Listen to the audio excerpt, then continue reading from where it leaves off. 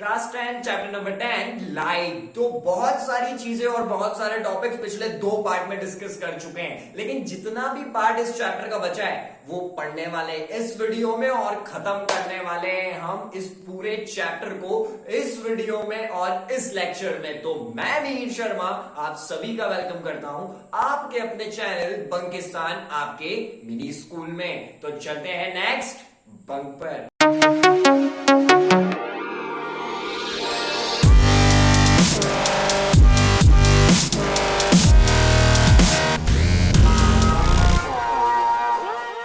शुरुआत करेंगे laws of refraction से। रिफ्रैक्शन समझ चुके थे और रिफ्रैक्शन क्यों हो रहा है ये भी हमने डिस्कस कर लिया था, और refraction through a rectangular glass slab जो कि बहुत इंपॉर्टेंट टॉपिक है, इसको डिस्कस कर लिया था। तो मेक श्योर करना पार्ट 2 के एंड में ये वाला टॉपिक जरूर देखा हूं, यहां से क्वेश्चन आने वाले हैं। लेकिन अब क्या पढ़ेंगे?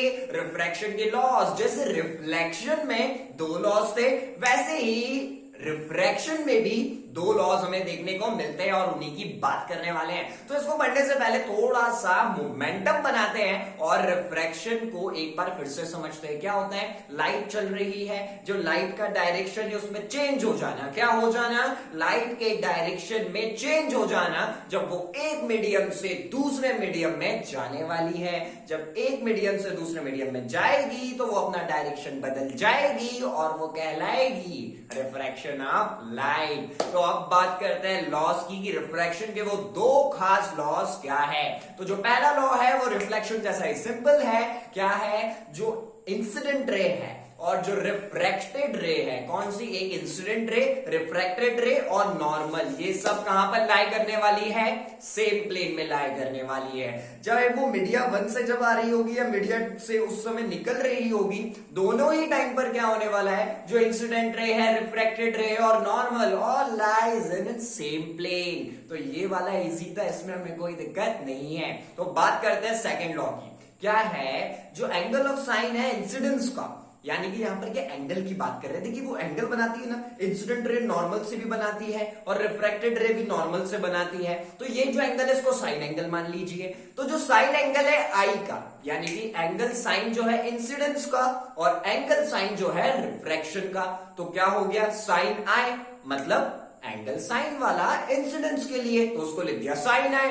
और रिफ्रैक्टेड के लिए क्या लिखेंगे? रिफ्रैक्शन के लिए लिखेंगे साइन आर। तो इन दोनों का रेशो लेना है। क्या लेना है? रेशो लेना है। तो sine i upon sine r, समझ में आ गया? The angle of sine of incidence and the angle of sine of refraction, इन दोनों का जो रेशो होगा वो क्या रहने वाला है? कांस्टेंट रहने वाला है गिवन पेयर ऑफ मीडिया के लिए सेम कलर में। यानी कि जब लाइट सेम कलर की होगी और सेम मीडिया की हम बात कर रहे होंगे तो ये जो रेशो है ये कांस्टेंट रहने वाला है। यानी कि sine i upon sine r equals to mu. Mu क्या है? म्यू हमारा कांस्टेंट है। क्या है? कांस्टेंट है। और सेकंड लॉ में हम बात भी तो यही कर रहे हैं कि जो साइन एंगल है इंसिडेंस का, यानी कि साइन आई, और साइन आर क्या है? जो साइन एंगल है रिफ्रैक्शन का, इन दोनों का रेशो इक्वल होने वाला है कांस्टेंट के। क्या होगा? कांस्टेंट होगा। इन दोनों का रेशो कांस्टेंट होगा। ये है रिफ्रैक्शन का सेकंड लॉ। तो हमें समझ में आ गया है sine i upon sine r एक गिवन पेयर ऑफ मीडिया के लिए सेम कलर ऑफ लाइट के लिए क्या होने वाला है? कांस्टेंट होगा। उसे हम एक्सप्रेस करते हैं म्यू से। म्यू यहां पर कांस्टेंट है और इस कांस्टेंट को हम एक और चीज बोलते हैं, इसको बोलते हैं रिफ्रैक्टिव इंडेक्स। तो इस कांस्टेंट को हम क्या नाम दे रहे हैं? Refractive index. तो हमें यहां पर दोनों लॉस क्लियर है और ये फॉर्मूला दिमाग में रखना, sine i upon sine r क्या होता है? म्यू होता है। और वो म्यू कांस्टेंट है और उस कांस्टेंट का नाम है रिफ्रैक्टिव इंडेक्स। अब रिफ्रैक्टिव इंडेक्स भी एक टॉपिक है, ठीक है? हाँ, ये जो म्यू है ना जिसको रिफ्रैक्टिव इंडेक्स बोलते हैं, इसी के बारे में पढ़ने वाले हैं। तो रिफ्रैक्शन के लॉस समझने के बाद इसी म्यू की हम बात करते हैं जो कि रिफ्रैक्टिव इंडेक्स कहलाता है। तो चलिए शुरू करते हैं और समझते हैं रिफ्रैक्टिव इंडेक्स क्या है। तो रिफ्रैक्टिव इंडेक्स की डेफिनेशन अब स्क्रीन पर आ चुकी है, लेकिन इसको शुरू करने से पहले एक बार रिफ्रैक्शन क्या होता था? जो लाइट का डायरेक्शन है ना उसमें चेंज हो जाना। तो रिफ्रैक्टिव इंडेक्स हमें क्या बताने वाला है? वो एक्सटेंट जिससे चेंज होने वाला है लाइट के डायरेक्शन में। फिर से सुनिएगा, कितने एक्सटेंट पे चेंज होगा जिस एक्सटेंट पे चेंज होगा लाइट के डायरेक्शन में। सिंपल लैंग्वेज में बोलूं, अरे चेंज होने कितने वाला है लाइट के डायरेक्शन में। हमें ये तो पता है रिफ्रैक्शन का मतलब होता है लाइट के डायरेक्शन में चेंज हो जाना जब वो एक मीडियम से दूसरे मीडियम में जाएगा, बट किस एक्सटेंट पे होगा और कितना उसके डायरेक्शन में चेंज होगा जब वो एक मीडियम से दूसरे मीडियम में जाएगा, उस चीज को हम एक्सप्रेस करते हैं म्यू से, यानी कि आप सही सोच रहे हैं रिफ्रैक्टिव इंडेक्स से। तो रिफ्रैक्टिव इंडेक्स की जो डेफिनेशन स्क्रीन पे लिखी है वो आप लोगों को एकदम समझ में आने लगी होगी कि कितने एक्सटेंट पे चेंज होने वाला है लाइट के डायरेक्शन में, उसको हम एक्सप्रेस करते हैं, उसको हम डिनोट करते हैं रिफ्रैक्टिव इंडेक्स से।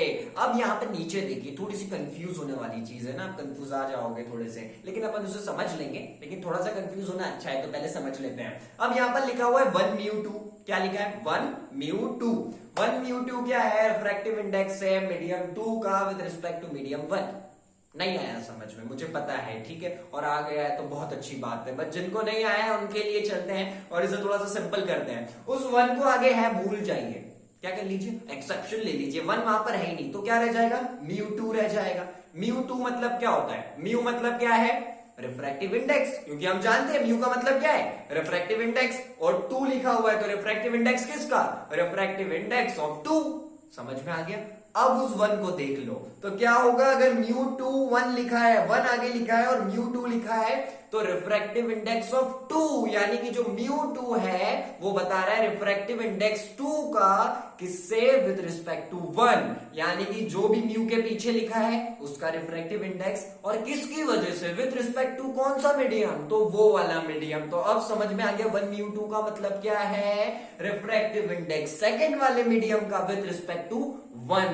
हम हमेशा उसे रिस्पेक्ट में लेंगे जो म्यू के आगे होगा, और जो म्यू के पीछे होगा उसके रिफ्रैक्टिव इंडेक्स की बात कर रहे होंगे। तो यहां पर हमें डाउट नहीं है और होना भी नहीं चाहिए। तो हमें समझ में आ गया है 1 म्यू 2 मतलब refractive index of 2 with respect to medium 1 equals to, यहां पर क्या हो रहा है देखिए, क्या हो जाता है म्यू 2 अपॉन म्यू 1 हो जाएगा equals to sine i upon sine r. ये फॉर्मूला आप नजर में रख लीजिए, और ऐसे बहुत सिंपल है, तो ज्यादा कोशिशें और मन्नतें नहीं करनी पड़ेगी इसे याद करने के लिए। तो यहां पर हमें ये क्लियर होता है कि हम दो मीडियम के रिफ्रैक्टिव इंडेक्स को कैसे एक्सप्रेस कर सकते हैं। हमने लिखा है 1 mu 2 equals to mu 2 upon mu 1 sine i upon sine r. ये बात हमें दिमाग में फिट हो चुकी है। अब जो वैक्यूम के लिए रहेगा, ठीक है, यानी कि वैक्यूम की अगर मैं बात करूं, वैक्यूम क्या होता है, आपका कमरा है ना जहां पर अभी आप बैठ के कहीं भी ये देख रहे हैं वीडियो लेक्चर, तो आप सोच के देखिए यहां से पूरी हवा गायब हो जाए, क्या हो जाए, जहां भी आप बैठे वहां से पूरी हवा गायब हो जाए, कोई एयर नहीं हो, ना नाइट्रोजन ना ऑक्सीजन, कुछ भी नहीं, वो जगह हो जाएगी वैक्यूम। ठीक है, एक तरीके से सिर्फ ऑक्सीजन को लेते हैं हम, तो क्या हो जाएगा, एयर फ्री कर दिया तो क्या हो जाएगा, वैक्यूम हो जाएगा। और वैक्यूम में जो रिफ्रैक्टिव इंडेक्स होगा, यानी कि वैक्यूम में जितना लाइट का डायरेक्शन चेंज होने वाला है, अगर सिंपल तरीके से बोले तो वैक्यूम में जो रिफ्रैक्टिव इंडेक्स होगा उसको क्या बोलते हैं, एब्सोल्यूट जीरो रिफ्रैक्टिव इंडेक्स या absolute refractive index. Absolute refractive index का मतलब है, कहीं भी किसी ने बोला रिफ्रैक्टिव इंडेक्स समझाओ, चालू हो जाना, जल्दी जल्दी जल्दी जल्दी ये सब बता देना, और बोला एब्सोल्यूट रिफ्रैक्टिव इंडेक्स का मतलब बताओ, बोला वैक्यूम की बात हो रही है, वो बोलेंगे लड़का होशियार है, इसे घुमा नहीं सकते। ठीक है, and as well as girls भी, लड़कियां भी बहुत होशियार है। तो यहां पर हमें ये चीज समझ में आ चुकी है। अब बात करते हैं ग्लास और वाटर के लिए, किसकी बात करते हैं, ग्लास और वाटर को लेके। तो ग्लास और वाटर के रिफ्रैक्टिव इंडेक्स को हम इस टाइप से करने वाले हैं, यानी कि क्या होगा, W म्यू G। क्या है, W म्यू G। कितना अच्छा लग रहा है ना सुनने में वैसे। तो देखिए W म्यू G का मतलब क्या है, रिफ्रैक्टिव इंडेक्स ऑफ ग्लास, पीछे क्या लिखा है, G लिखा है, तो क्या हुआ, रिफ्रैक्टिव इंडेक्स ग्लास का विद रिस्पेक्ट टू, सही बोल रहे हैं, वाटर। तो W म्यू G का मतलब क्या होने वाला है, रिफ्रैक्टिव इंडेक्स ग्लास का with respect to water equal to क्या हो जाएगा, mu G upon mu W। तो हमें समझ में आ गई ये बात। और ये जो सिंबल है ना जिससे हम रिफ्रैक्टिव इंडेक्स को एक्सप्रेस करते हैं, इसे हम म्यू बोलते हैं, तो इसीलिए हम यहाँ पे उसे म्यू बोल रहे हैं। ठीक है, कंफ्यूज नहीं होना है बिल्कुल भी। और वो थोड़ा बहुत यू जैसा दिखता है लेकिन वो म्यू है, ठीक है, नहीं तो कुछ बच्चों को लग रहा है सर यू को म्यू क्यों बोल रहे हैं। तो अब हमें ये चीज समझ में आ गई है। ग्लास और वाटर के लिए भी हमने एक्सप्रेस कर दिया है, जो कि क्या था, mu G upon mu W। तो अब रिफ्रैक्टिव इंडेक्स समराइज कर लेते हैं, लास्ट पार्ट समझ लेते हैं, क्योंकि ऐसा मौका फिर कहां मिलेगा। 10th में एक ही बार पढ़ना है लाइट चैप्टर, और रिफ्रैक्टिव इंडेक्स भी पढ़ने का मौका आपके पास सिर्फ एक बार है। समझ तो पूरा लिया, आखिरी बार समराइज कर लो, आखिरी बार सुन लो क्या है रिफ्रैक्टिव इंडेक्स, कि जो लाइट के डायरेक्शन में चेंज होने वाला है वो बताना है कि कितना होने वाला है, कितने एक्सटेंट पर होने वाला है, और कितने एक्सटेंट पे इस लाइट के डायरेक्शन में चेंज होने वाला है, यही कहलाता है हमारा रिफ्रैक्टिव इंडेक्स। और इसे एक्सप्रेस कैसे करेंगे, चलिए अब मुझे बताइए। अगर हम ऐसा लिख दे 1μ3, तो इसका मतलब क्या होगा, इसका मतलब होगा refractive index of 3 with respect to 1। और अगर ऐसा लिखा हो 1μ4, तो refractive index of 4 with respect to 1। अब एक और चीज बताइए, अगर ऐसा लिखा हो 3μ1, जैसे कि यहाँ पर लिखा हुआ है 3μ1, तो ये क्या हो जाएगा, refractive index of 1 with respect to 3। तो अब ये चीज क्लियर हो गई है। अब एयर का सबसे कम रिफ्रैक्टिव इंडेक्स होता है, यानी कि एयर में लाइट का डायरेक्शन जैसी आ रही है ना, तो इतनी ज्यादा बदलने नहीं वाली है। और सबसे ज्यादा पता है किस चीज का होता है, अब आप बोल रहे हो सर पता है हमें, तो वो होने वाला है ग्लास का या वाटर का, क्योंकि वो टेंसर मीडियम होते हैं। ऐसा नहीं है, जो सबसे ज्यादा रिफ्रैक्टिव इंडेक्स होता है वो होता है डायमंड का। डायमंड सुना है, ठीक है, सुना ही होगा, अगर किसी ने देखा है तो बहुत अच्छी बात है, लेकिन सुना होगा, नेट वेट पे देखा होगा, रियल में देखा है तो क्या बात है। तो सुनिए, अब क्या है, सबसे ज्यादा रिफ्रैक्टिव इंडेक्स होता है डायमंड का। अब क्यों है डायमंड का, देखिए डायमंड चमक भी इसीलिए रहा है, अब जैसे उसमें लाइट जाएगी वो क्या करेगा, चेंज कर देगा उसका डायरेक्शन, और लाइट पता है डायमंड में ट्रैप हो जाती है थोड़ी देर के लिए, इसीलिए वो लाइट बंद कर दोगे फिर भी चमकता ही रहेगा। वो ऐसे टकरा के डायमंड में घूमती रहती है। लाइट भी कल भी सर घूम जाता होगा, कहाँ आ गई ये, इधर से उधर, डायमंड से बाहर ही नहीं निकल रही हो, इसीलिए डायमंड बहुत ज्यादा शाइन करता है। तो यहाँ से जो काम की बात है वो ये है कि सबसे कम होने वाला है। एयर का सबसे ज्यादा रिफ्रैक्टिव इंडेक्स होता है डायमंड का। तो चलिए, मन तो नहीं है, टॉपिक अच्छा था, बट अब इसको क्या करना है, बाय बाय, मिलेंगे अगर आगे के सालों में मौका मिला तो। रिफ्रैक्टिव इंडेक्स यहाँ पे कंप्लीट होता है। बात करेंगे अब रिफ्रैक्टिव इंडेक्स को हम लाइट से कैसे रिलेट कर सकते हैं, ठीक है, मतलब ये गया तो है लेकिन फिर भी गया नहीं है, चलो चला जाएगा, कोई दिक्कत नहीं है। बात करते हैं अगले टॉपिक की, refractive index and speed of light. तो जो लाइट की स्पीड है और जो रिफ्रैक्टिव इंडेक्स, इन दोनों को मर्ज करके देखने वाले क्या रिलेशन है, और बड़ा मजेदार रिलेशन और आपके काम बहुत आने वाला है। तो यहां पर क्या होगा, अगर हम C को मान लेते हैं speed of light in air, ठीक है, एयर में जो लाइट की स्पीड है उसको हमने क्या मान लिया है, C मान लिया है, ओके। अब जो हमारी होगी दूसरे मीडियम में, ठीक है, जो लाइट की स्पीड है एयर में उसको तो C मान चुके हैं, लेकिन अब जो लाइट की स्पीड है किसी और मीडियम में उसको V मान लेते हैं। तो हम उसे कैसे एक्सप्रेस कर सकते हैं, mu equals to speed of light in air equals to C, और अपॉन में क्या आ जाएगा, speed of light in any other medium, तो वो हो जाएगा V। तो क्या लिखा है हमने यहां से, mu equals to C upon V। ध्यान से सुनना मेरी बात, रिपीट नहीं होगा, ठीक है, क्या है, mu equals to C upon V। जो हमारा म्यू है वो इक्वल है C अपॉन V के। C क्या थी, लाइट की स्पीड, कहां पर, मीडियम में नहीं, एयर में, और जो V था वो क्या था, लाइट की स्पीड मीडियम में। तो समझ में आ गया, ऊपर वाला C एयर में बता रहा है लाइट की स्पीड को, और नीचे वाला V कोई भी अदर मीडियम में बता रहा है। तो यहां से एक रामबाण कंक्लूजन ये निकलने वाला है, बहुत इंपॉर्टेंट कंक्लूजन ये है जो आपको रिमेंबर रखना है, कि हम जब रिफ्रैक्टिव इंडेक्स दो चीजों का कंपेयर करेंगे, जैसे हम कर रहे थे 1μ2 1μ4 ऐसे करके, तो जब हम दो चीजों का या रिफ्रैक्टिव इंडेक्स कंपेयर करेंगे तो यहां पर हम देखेंगे लाइट की स्पीड उन दोनों में। क्या देखने वाले हैं, लाइट की स्पीड उन दोनों में। बहुत सिंपल है, अब इस रिलेशन को आप अच्छे से समझ पाएंगे। तो यहां पर देखिएगा और ये बात क्लियर हो जाएगी आखिर मैं कहना क्या चाह रहा हूं, ठीक है, और आपको भी समझ में आ जाएगा सर क्या बताना चाह रहे हैं। तो जैसे कि A-μ-W है, ये आप लोगों को समझ में आता है, A-μ-W किसका रिफ्रैक्टिव इंडेक्स, W यानी कि वाटर का, विद रिस्पेक्ट टू A यानी कि एयर। तो refractive index of water with respect to air, उसको हम क्या लिख सकते हैं, स्पीड देखो, लाइट की स्पीड देखो एयर में भी और वाटर में भी, तो क्या हो जाएगा यहाँ पे, equals to speed of light in air upon speed of light in water, यानी कि C अपॉन VW। VW क्यों लिखा है, velocity of light in water है ना, तो इसलिए W लिखा है। और इसी तरह अगर ये ऐसा हो जाए A-μ-G, यानी कि ग्लास का रिफ्रैक्टिव इंडेक्स बताना है विद रिस्पेक्ट टू एयर। अब क्या होगा, अब आप एक्साइटेड हो गए क्योंकि अब आपको बात समझ में आ चुकी है। तो यहां पर क्या हो जाएगा, speed of light in air यानी कि c, और नीचे क्या हो जाएगा, speed of light in glass यानी कि vg। और vg क्यों लिखा है, vg इसलिए लिखा है क्योंकि लाइट की जो वेलोसिटी है वो अब हम ग्लास में देख रहे हैं। तो हमें समझ में आ गया है जब हम दो मीडिया को रिलेट कर रहे हैं तो हम उनकी वेलोसिटी देखेंगे, लाइट की जो स्पीड होगी वो क्या होने वाली है। समझ में आ गया है दोनों में।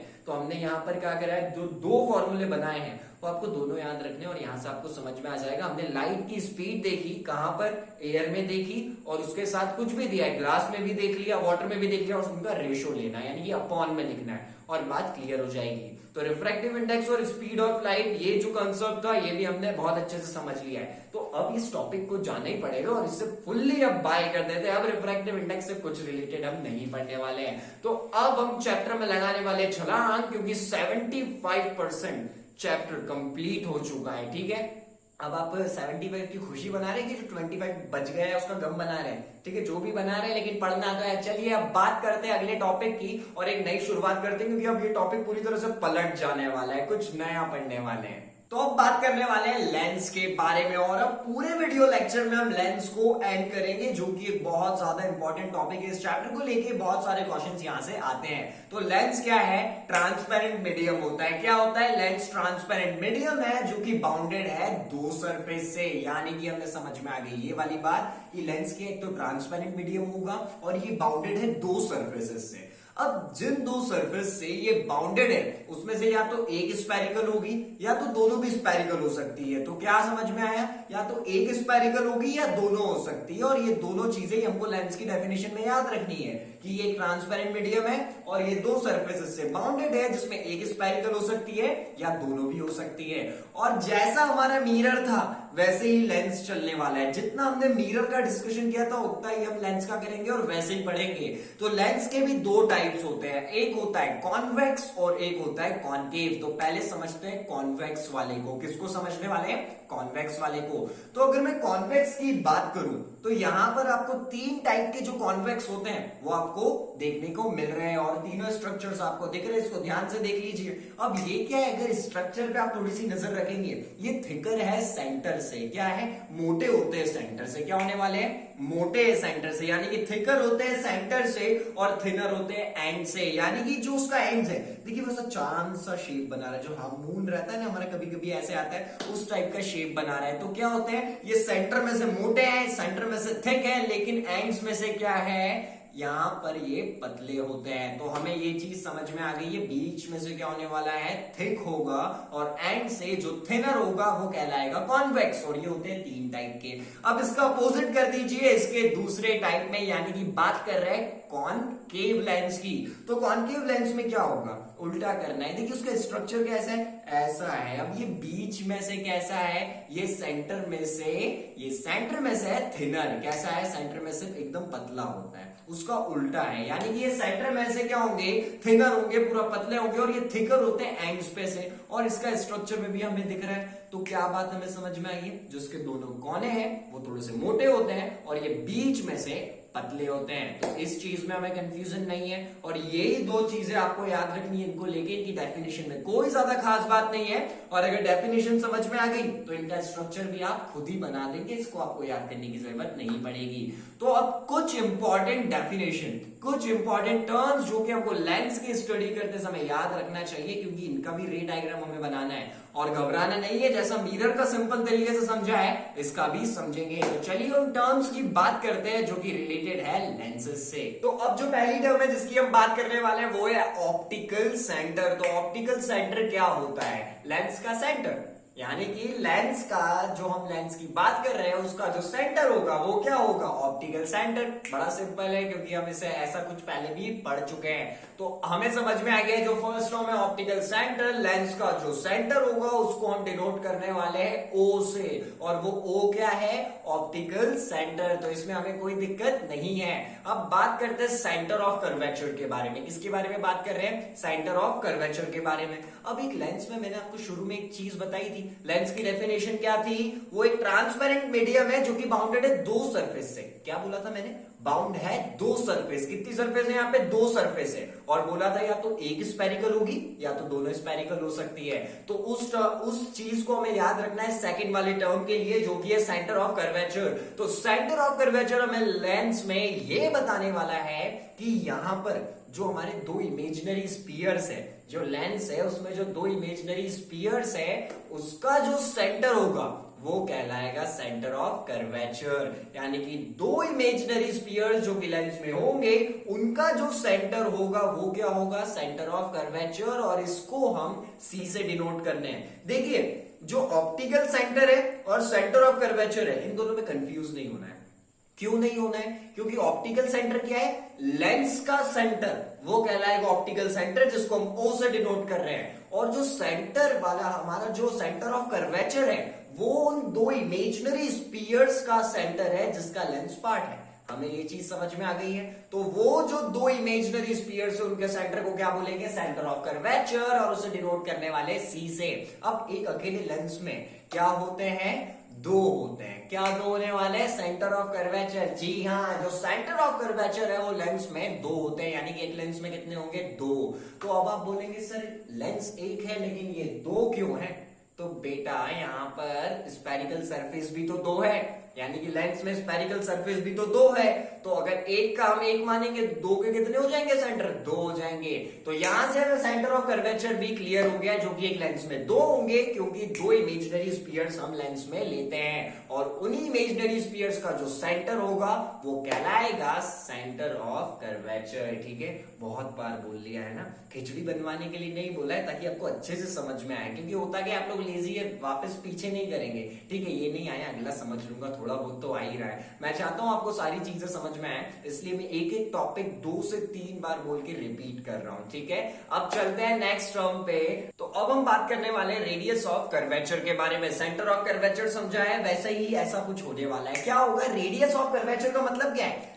दो इमेजिनरी स्पीयर्स जिसका लेंस पार्ट है, उनकी रेडियस। ठीक है, क्या है? दो इमेजिनरी स्पीयर्स, उनकी रेडियस जिसका लेंस पार्ट है। ठीक है, लेंस के देखिए आप इसको ऐसे इमेजिन करना है, ये रहा लेंस और ये रहा एक स्पीयर, ये रहा दूसरा स्पीयर, बीच में लेंस है।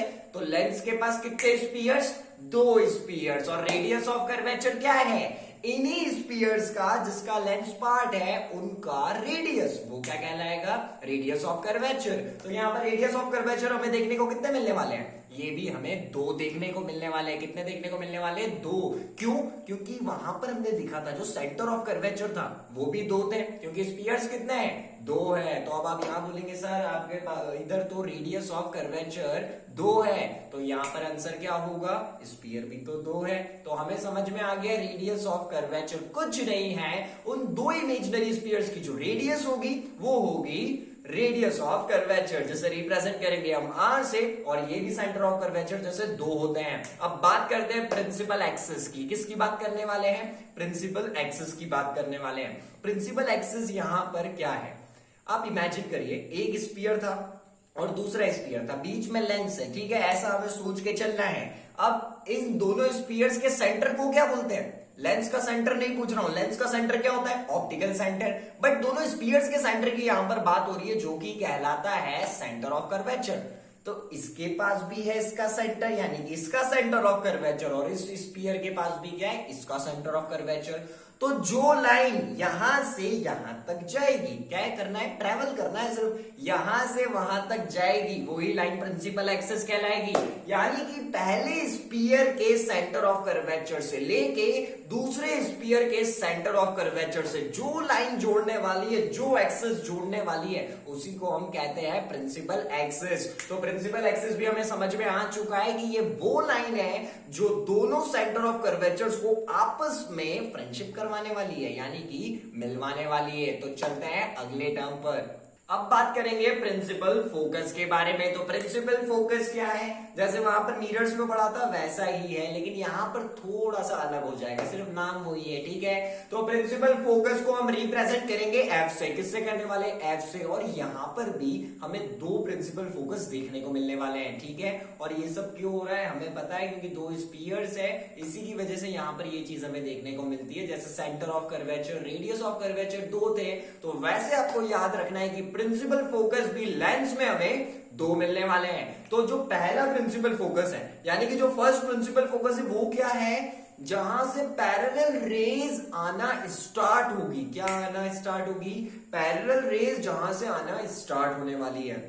और दूसरा प्रिंसिपल फोकस वो होता है जहां पर इमेज बनने वाला होगा, या आप इस टाइप से बोल सकते हैं यहां पर पैरेलल आ ही रही होगी, ठीक है। यहां पर अपीयर होगा कि 2 पॉइंट मिल गए हैं, ठीक है, या सही में 2 पॉइंट मिल चुके होंगे। दोनों लेंसेज के उसमें अलग अलग केस होता है। एक में हमें ये देखने को मिलेगा कि दोनों पॉइंट मिल चुके हैं, और एक में ऐसा अपीयर होगा कि दोनों मिलने वाले हैं। तो फर्स्ट प्रिंसिपल फोकस कहां पर है, जहां से पैरेलल होना रेज स्टार्ट करेगी, जहां से जाना चालू करेगी। और सेकंड कहां पर है, जहां पर सब मीट हो रहे होंगे और वहां पर पैरेलल रेज आ रही होगी। इसको सिंपल से आपको समझना है कि एक जो है, एक बंदा भाग रहा है, एक पर्सन भाग रहा है, उसने रेस स्टार्ट की, तो वो है फर्स्ट प्रिंसिपल फोकस। जहां से उसने भागना स्टार्ट किया है वो है फर्स्ट प्रिंसिपल फोकस। और जब वो भागते भागते जा रहे हैं, एक ऑडियंस बीच में उसे चीयर कर रहा है, अरे क्या बात है, बड़ा तेज भागते हो, और भागो, ठीक है, समझ में आया। वैसे ये चीयर करने का गंदा तरीका है, ऐसे किसी को नहीं करना। तो अब वो जो बीच वाला है ना, वो सेकंड प्रिंसिपल फोकस है, ठीक है। क्यों, फर्स्ट प्रिंसिपल फोकस जहां से वो रेस पैरेलल होना स्टार्ट होगी, और दूसरा प्रिंसिपल फोकस वो जहां से वो पैरेलल ही जा रही होगी और मीट होने वाली होगी, ठीक है। इमेज फॉर्मेशन टाइप का कुछ वहां पर होगा, लेकिन इसके बारे में अपन खुल के थोड़ी देर से बात करने ही वाले हैं। अब बात करते हैं फोकल लेंथ के बारे में। फोकल लेंथ क्या होने वाली है, फोकल लेंथ कुछ नहीं होगी, लेंस का सेंटर। लेंस का सेंटर क्या था, ऑप्टिकल सेंटर। तो लेंस का जो सेंटर है, जिसको हम बोलते हैं ऑप्टिकल सेंटर, तो उसी ऑप्टिकल सेंटर से लेके फोकस तक की, प्रिंसिपल फोकस तक का जो डिस्टेंस है, उसको हम बोलने वाले फोकल लेंथ। फोकल लेंथ क्या होगी यहाँ पर, लेंथ का सेंटर और प्रिंसिपल फोकस के बीच में जो डिस्टेंस है उसे बोलेंगे फोकल लेंथ। तो फोकल लेंथ भी हमें समझ में आ गया है, बहुत सारी टर्म्स हमने समझ ली है, ठीक है। तो लास्ट की 2 टर्म्स की बात करते हैं और सारी टर्म्स को खत्म करके चैप्टर में आ जाते हैं आगे। अब जो लास्ट टर्म देखने को मिलती है वो है अपर्चर। यहाँ क्या है, जो हमारा लेंस है उसका जो स्पीयर है, उसका जो स्पीयर है हमारा, उसका आउटर जो डायामीटर होगा उसको बोलते हैं अपर्चर। जैसे मिरर में क्या होता था, उसका डायामीटर क्या कहलाता था, अपर्चर। यहाँ पर लेंस के स्फीयर का डायामीटर क्या कहलाएगा, अपर्चर। तो अपर्चर हमें समझ में आता है और कुछ नहीं है, डायामीटर है लेंस का। तो यहाँ पर जितने भी टर्म्स थे जो हमें समझने के लिए जरूरी थे वो हमें आ चुके हैं। अब लेंस भी क्या है, बिल्कुल मिरर जैसा ही हो रहा है। तो यहाँ पर एक और चीज आपको देखने को मिलेगी, और यहाँ से 1-2 नंबर का क्वेश्चन आ सकता है, ठीक है। ये फिर से वही वाला चार्ट है जिसको हमने बहुत अच्छे से किया था, बट थोड़ा सा क्या है, अंदाज अलग है, बात वही है, ठीक है। तो अब क्या है, image formation of lens by using रे डायग्राम्स, यानी कि रे डायग्राम्स को यूज करके हम लेंसेज का इमेज फॉर्मेशन देखेंगे कि अगर ऑब्जेक्ट को यहां रखा तो क्या होने वाला है, और यहां रखा तो क्या होने वाला है। तो अब वो पूरा टेबल आपको स्क्रीन पर दिख रहा होगा, ठीक है। यहां पर भी वैसा की वैसा ही है, एक जगह 6 टेबल में, दूसरे वाले लेंस के लिए 2 देखने को मिल रहे हैं। अब यहां पर एक ट्विस्ट है, ये मेरे लिए ट्विस्ट है, आपके लिए अच्छी चीज हो या नहीं हो, बट मैं इसे समझाऊंगा, ये आपके लिए बहुत अच्छी बात है। ये पूरा हमने मिरर में डिस्कस कर चुके हैं, बस थोड़ा सा अलग है। क्या है, अंदाज अलग है लेकिन बात वही है। और ये टेबल आप लोग खुद समझने वाले हैं, ठीक है। अब आप बोलेंगे सर आपने बोला था कि अपन जो चैप्टर का कंटेंट है उसमें कॉम्प्रो नहीं करने वाले हैं। हम लोग नहीं कर रहे हैं, हमने हर एक चीज पढ़ी है, लेकिन दिक्कत ये है कि ये टेबल भी अगर आप लोगों को यहाँ पर समझा दी गई तो आप लोगों को सब मिल जाएगा। तो अब क्या है, अगर आपने ये चैप्टर अभी तक अच्छे से पढ़ा है, आप इसे 5 मिनट के अंदर, आप अभी चाहे तो वीडियो पॉज कर दीजिए और ये पूरा टेबल आप 5 मिनट के अंदर याद कर लेंगे। पिछली बार जैसा ही हमने वहां पर जो समझा था, इंफिनिटी है तो इंफिनिटी आएगा, फोकस है तो फोकस भी आएगा, F1 पे होगा तो F1 आ जाएगा, F2 पे होगा तो F2 आ जाएगा। और F1 F2 क्यों आ रहा है, क्योंकि यहाँ पर 2 फोकस है और वहां पर 2 फोकस नहीं थे।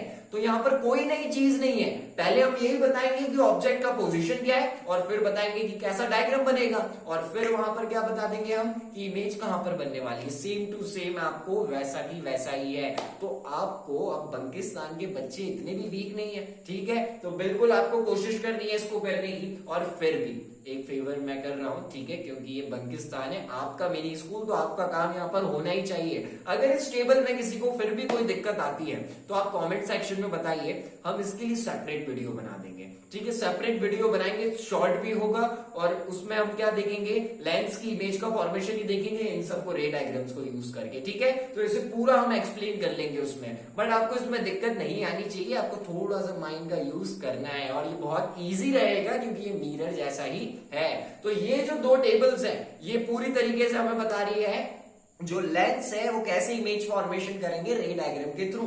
तो यहां पर ये टॉपिक आप लोगों ने हेल्प कर दी है मेरी, तो क्या मान लू कंप्लीट है? चलो ये मान लेते हैं, और नहीं हुआ तो कमेंट सेक्शन में बताना है, बिल्कुल आई विल हेल्प यू। तो बात करते हैं अब यहां से क्लियर होने के बाद हमारे नेक्स्ट टॉपिक की, इमेज फॉर्मेशन के बाद क्या आएगा। बड़ा इंटरेस्टिंग टॉपिक आएगा, चैप्टर 90% से ज्यादा ओवर हो गया, सिर्फ 3 टॉपिक और है, फिर इस चैप्टर को करेंगे बाय बाय। अब बात कर लेते हैं साइन कन्वेंशन को लेके कि यहाँ पर साइन कन्वेंशन क्या रखना है आपको। साइन कन्वेंशन मिरर जैसा है, ठीक है, और ये आपको नहीं करना है, हम डिस्कस कर रहे हैं। ऊपर क्या रहने वाला है, ऊपर जाना है, अच्छी बात है, क्या होगा, पॉजिटिव होने वाला है। और right is always right, right होना, सही होना चाहिए हमेशा। तो सही चीज भी क्या है, पॉजिटिव।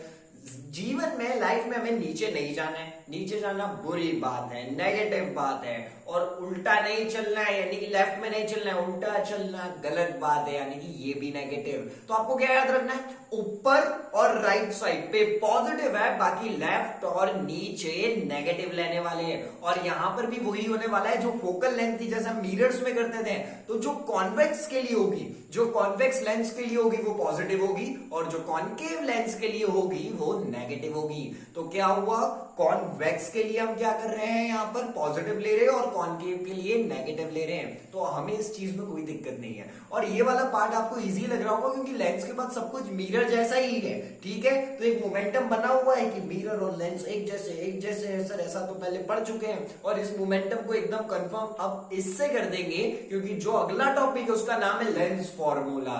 ऐसा कुछ पढ़ा है हम लोगों ने मिरर में, याद कीजिए, मिरर फॉर्मूला और ये क्या है, लेंस फॉर्मूला है, ठीक है। अब ये लेंस का फॉर्मूला और पूरा सेम है, मिरर जैसा है, यानी कि आपको दिक्कत नहीं आएगी। क्या करना है, जब प्रिपरेशन करो एक बार मिरर फॉर्मूला देख लेना, एक बार लेंस फॉर्मूला देख लेना, हैंड टू हैंड याद हो जाएगा। और अभी तो यहीं पर होने वाला है। देखिए क्या होता है, लेंस फॉर्मूला रिलेशन है इमेज के डिस्टेंस का, ऑब्जेक्ट के डिस्टेंस का और फोकल लेंथ का। अब आप बोलेंगे सर 1 मिनट रुकिए, ठीक है, कि ये तो हमने मिरर फॉर्मूला में पढ़ा था कि जो मिरर फॉर्मूला है वो क्या होता था, रिलेशन होता था इमेज के डिस्टेंस का, ऑब्जेक्ट के डिस्टेंस का और फोकल लेंथ का। लेकिन यहां पर भी वही है, मैं बोला नहीं हूं कि मिरर फॉर्मूला यहां बता रहा हूं, यही लेंस फॉर्मूला है। और लेंस फॉर्मूला भी यही कहता है कि ये एक रिलेशन है किस किस का, हमारे इमेज का जो डिस्टेंस है और ऑब्जेक्ट का डिस्टेंस है और फोकल लेंथ का। तो यहां पर क्या होने वाला है, जो हमारा इमेज का डिस्टेंस है v और ऑब्जेक्ट का है u, और हमारा जो फोकल लेंथ है जिसे हम डिनोट करते हैं स्मॉल f से, यहां पर उन तीनों का रिलेशन, इन तीनों का रेसिप्रोकल। तो चलिए मिरर फॉर्मूला क्या था पहले हम ये डिस्कस करते हैं और फिर लेंस फॉर्मूला लिखेंगे। तो 1/u plus 1/v equals to 1/f, ये था मिरर फॉर्मूला, कोई दिक्कत नहीं है। लेकिन यहां पर क्या होना है, जो अगला है हमारा लेंस फॉर्मूला, इसमें सब कुछ सेम रहेगा, सब कुछ आपको वैसा की वैसा रखना है। बट यहां पर जो चीज चेंज होने वाली है वो ये है 1/v minus 1/u equals to 1/f। क्या चेंज हुआ, जो ध्यान से सुन रहे थे वही पहचान पाएंगे। वहां पर प्लस था, यहां पर माइनस है। क्या है, वहां पर प्लस था और यहां पर माइनस है। कुछ नहीं करना है, मिरर और lens formula same to same है, काम हो गया है हमारा इजी। सिर्फ मिरर में लगेगा प्लस और लेंस में लगेगा माइनस। तो यहां से लेंस फॉर्मूला हमें एकदम क्लियर है और सब कुछ सिंपल सिंपल पार्ट है। मतलब समझ लो खाना हम लोग खा चुके हैं, वो खाने के बाद होता है ना कुछ मीठा हो जाए, तो अब पुडिंग ही बचा है तो फटाफट 2 टॉपिक निपटाते जो कि बहुत स्कोरिंग। अगर ये गलती से भी आ गए ना तो आप लोग ऐसे हाथ करने वाले, आप बच के जा नहीं पाएंगे। चलिए बात करते हैं अगले टॉपिक के बारे में। अब हम बात करने वाले हैं मैग्निफिकेशन बाय लेंसेज, यानी कि लेंस मैग्निफिकेशन कितना करने वाले हैं। तो जो मैग्निफिकेशन है लेंसेज का वो मिरर जैसा ही है, ठीक है, अब आप बोल रहे हो सर ये मिरर और लेंस एक ही बात है क्या? हाँ, तो समझ लीजिए थोड़ा बहुत अब टॉपिक्स एक ही रहेंगे। तो जो मैग्निफिकेशन होता है बाय लेंस वो क्या होने वाला है, एम से डिनोट करते हैं और बिल्कुल सेम होता है height of image upon height of object. तो ऐसा समझ लो कि मैं यहाँ पर रिवीजन ही करा रहा हूँ वहां वाले मैग्निफिकेशन का। तो मैग्निफिकेशन बाय लेंसेज में हमें सेम फॉर्मूला देखने को मिलता है जो हमने मिरर में देखा है, और अगर वो याद भी नहीं है तो भी यहाँ पर देख सकते हैं क्या होगा, M equals to height of image upon height of object. और ये चीज हमें समझ में आ गई है। बट अब हम वो चीज पढ़ने वाले हैं जो मिरर में नहीं हमने पढ़ी है। ठीक है, तो आपको अब ऐसा श्योर नहीं रहना है ये भी टॉपिक वहां का था, अब आगे भी आएगा, अब नहीं, अब एंड हो चुका है। ठीक है, तो ये जो मस्ती वाला सेशन था ये खत्म हो गया है। अब हम नया टॉपिक पढ़ने वाले हैं, वो है पावर ऑफ लेंस। और ज्यादा घबराना नहीं है, सेकंड लास्ट टॉपिक है। ठीक है, जल्दी से एंड करने वाले और चैप्टर में पूरा खत्म कर देंगे। तो बात करते हैं पावर ऑफ लेंस के बारे में। लेंस की पावर कि वो कितना कन्वर्ज कर सकता है और कितना डाइवर्ज कर सकता है। क्या बोल रहा हूं मैं, लेंस की पावर कि वो कितना कन्वर्ज कर सकता है और डाइवर्ज कर सकता है, उसको हम एक्सप्रेस करते हैं पावर में। किसमें एक्सप्रेस करने वाले हैं, पावर में। तो लेंस की पावर कैसे पता करेंगे कि वो कितना कन्वर्ज करता है और कितना डाइवर्ज करता है, वही होती है लेंस की पावर। और इसको हम डिनोट करते हैं, बताइए कैसे करते हैं, इसे P से डिनोट करते हैं और ये होता है रेसिप्रोकल। किसका, फोकल लेंथ का। किसका होता है, फोकल लेंथ का, जो कि क्या है स्मॉल एफ। और रेसिप्रोकल का मतलब क्या है, वो नीचे आएगा एफ, यानी कि उल्टा होता है, तो 1/f। तो क्या हो जाएगा यहां से, जो P है हमारा, आप स्क्रीन पर देख पा रहे होंगे, P इक्वल्स टू 1/f, यानी कि जो पावर है लेंस की उसका फॉर्मूला यहां से क्या है जो आपको याद रखना है, P इक्वल्स टू 1/f। और स्मॉल f लिखना क्योंकि वो फोकल लेंथ है, प्रिंसिपल फोकस नहीं है। तो यहां से हमें क्लियर हो गया है। ठीक है, अब इसका एसआई यूनिट क्या होता है, इसकी एसआई यूनिट होती है डायोप्टर होती है। क्या होती है, डायोप्टर होती है। और एसआई यूनिट आपको याद रखनी है। और एसआई यूनिट अगर आपने इलेक्ट्रिसिटी वाला चैप्टर देखने से पहले आप यहाँ आ गए हो ना, तो एसआई यूनिट आपको सिंपल लैंग्वेज में बता देते हैं। वो ये होती है, आप जब बनानास लेने जाएंगे तो काय में लेंगे, डजन्स में। ठीक है, और जो हम कुछ और चीज लेने जाते हैं जैसे एप्पल हो गई, मैंगो हो गई, काय में लेते हैं, केजीज में। और पेट्रोल पंप पे जाते हैं, पेट्रोल काय में भरवाते हैं, ऐसे बोलते हैं 1-2 किलो डाल दो। ठीक है, क्या बोलते हैं 1-2 लीटर पेट्रोल। समझ में आया? तो हर चीज की एक स्पेसिफिक यूनिट है। तो वैसे ही जो लेंस की पावर है उसको काय में मेजर करोगे, किलोग्राम में, लीटर में, डजन्स में? नहीं, डायोप्टर में। और इसीलिए बोलते हैं कि जो ऐसा यूनिट है पावर ऑफ लेंस की वो है डायोप्टर। और 1 डायोप्टर इक्वल होता है 1 मीटर इनवर्स के। ठीक है, और 1 मीटर इनवर्स क्यों, क्योंकि रेसिप्रोकल है। समझ में आ गई ये बात? तो पावर ऑफ लेंस क्या है, लेंस की पावर कि वो कितना कन्वर्ज और डाइवर्ज कर सकता है। और इसका फॉर्मूला होता है P इक्वल्स टू 1/f, जो कि हमें बहुत अच्छे से क्लियर है। तो चलिए ये टॉपिक भी हमें समझ में आ गया है। बात करते हैं अगले वाले टॉपिक की, और लास्ट टॉपिक है, और लेकिन ये थोड़ा सा इंपॉर्टेंट है क्योंकि इससे क्वेश्चन आपको देखने को मिल जाएंगे। Power of combination of lenses, यानी कि क्या पावर होगी कॉम्बिनेशन ऑफ लेंस की। अब हम लेंस का कॉम्बिनेशन करने वाले हैं। सिंगल लेंस की पावर तो हमें पता है क्या होती है, P इक्वल्स टू 1/f, और स्मॉल f है, हर बार बोल रहा हूं, याद रखनी है आपको ये वाली चीज। ठीक है, तो हमें पावर का फॉर्मूला याद है, वो होता है 1/f। लेकिन अब हम क्या पढ़ने वाले हैं, कॉम्बिनेशन करने वाले हैं। समझ लो एक लेंस से काम नहीं बन रहा तो क्या करोगे, और लेंस लाओगे। तो वो जो कॉम्बिनेशन करने वाले हो लेंसेज का, उनकी पावर क्या होगी, यहां पर वही बात होने वाली है। तो चलिए शुरू करते हैं और समझते हैं कि जो कॉम्बिनेशन हो जाएगा लेंसेज का तो क्या होगा। सोचिए ज्यादा लेंसेज है तो अब अपन उसकी पावर कैसे निकालेंगे। जब एक लेंस का फॉर्मूला क्या था, 1/f, तो दूसरे वाले का कुछ अलग होने वाला है क्या। वो कहीं से भी हो, दिल्ली से हो, चंडीगढ़ से हो, कश्मीर से हो, तो क्या उसका फॉर्मूला अलग ले लेंगे, नहीं, वो फॉर्मूला वही रहने वाला है। तो क्या हो जाएगा, अगर 2 है, 3 है, 4 है, तो हम क्या करेंगे फॉर्मूला, बस यही तो करेंगे, क्योंकि एक का तो हमें पता है 1/f होता है, तो उसमें प्लस कर देंगे दूसरा 1/f, यानी कि क्या हो जाएगा, अगर सिर्फ हमें फॉर्मूला निकालना हो तो P इक्वल्स टू, अगर 3 का मैं मान के चलूं तो 1/f1 plus 1/f2 plus 1/f3। समझ में आ गई ये वाली बात। ठीक है, इसे हम ऐसा लिख सकते हैं कि नहीं लिख सकते हैं? बिल्कुल लिख सकते हैं कि सबकी पावर को हम प्लस कर देंगे तो टोटल पावर कितनी है हमें पता चल जाएगा। ये सिंपली वैसा ही है कि 3 बच्चों के पास 2-2 चॉकलेट है तो टोटल चॉकलेट्स कितनी है?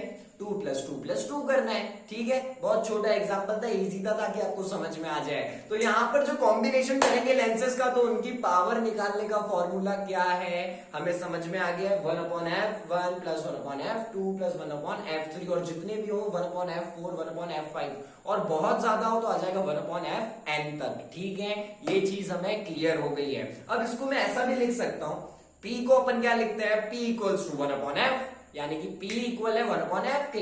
तो ये जो है इन सबको मैं ऐसा नहीं लिख सकता हूं जो हमने यहां पर लिखा हुआ है 1/f1 + 1/f2 + 1/f3। इनको हम क्या ऐसा लिख सकते हैं? p1 + p2 + p3 बिल्कुल लिख सकते हैं, कोई डाउट नहीं होना चाहिए इस चीज में, क्योंकि उस p का मतलब 1/f भी तो होता है। तो क्या है, ये दोनों तरीके हैं, हम दोनों से कर सकते हैं। और जहां पर हमें फोकल लेंथ का वैल्यू दिया है तो हम 1/f ही लिखेंगे। ठीक है, और उसे हम p1 + p2 + p3 लिख के भी डिनोट कर सकते हैं। तो हमें समझ में आ गया है जब कॉम्बिनेशन होगा लेंसेज का तो हम लोग क्या करने वाले हैं, हम लोग प्लस लगा देंगे और उसे ऐड कर देंगे। ठीक है, तो इसमें हमें कोई दिक्कत नहीं है। और सिंपली जो कॉम्बिनेशन वाला प्रिंसिपल है वो यूज होता है जब एक लेंस से काम नहीं बन रहा हो तो कॉम्बिनेशंस का यूज किया जाता है। तो इसी के साथ ये चीज क्लियर है। जाते जाते हमें याद रखना है मैग्निफिकेशन का अगर कॉम्बिनेशन हुआ तो उसमें प्लस नहीं होता है, मल्टीप्लाई होता है। क्या होता है? मैग्निफिकेशन का अगर प्लस हुआ, मैग्निफिकेशन का अगर कॉम्बिनेशन हुआ तो वहां पर प्लस नहीं होगा, वहां पर मल्टीप्लाई होगा, यानी कि m1 × m2 × m3 up to n terms तक। ठीक है, ये चीज हमें समझ में आ गई है।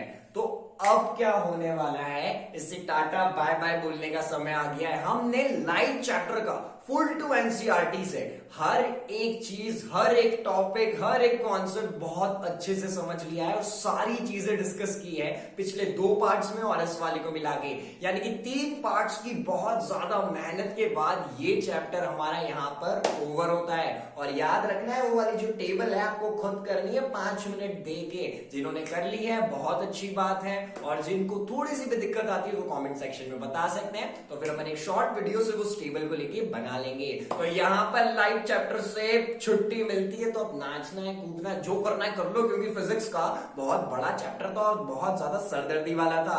तो इसी के साथ इस चैप्टर की कहानी खत्म। तो इसी के साथ मैं भी आपसे विदा लेता हूं। तो मिलते हैं नेक्स्ट वीडियो में और नेक्स्ट लेक्चर में। वीडियो पसंद आए तो लाइक करें, शेयर करें, सब्सक्राइब करें और आज ही बन जाइए बंकिस्तान फैमिली का हिस्सा।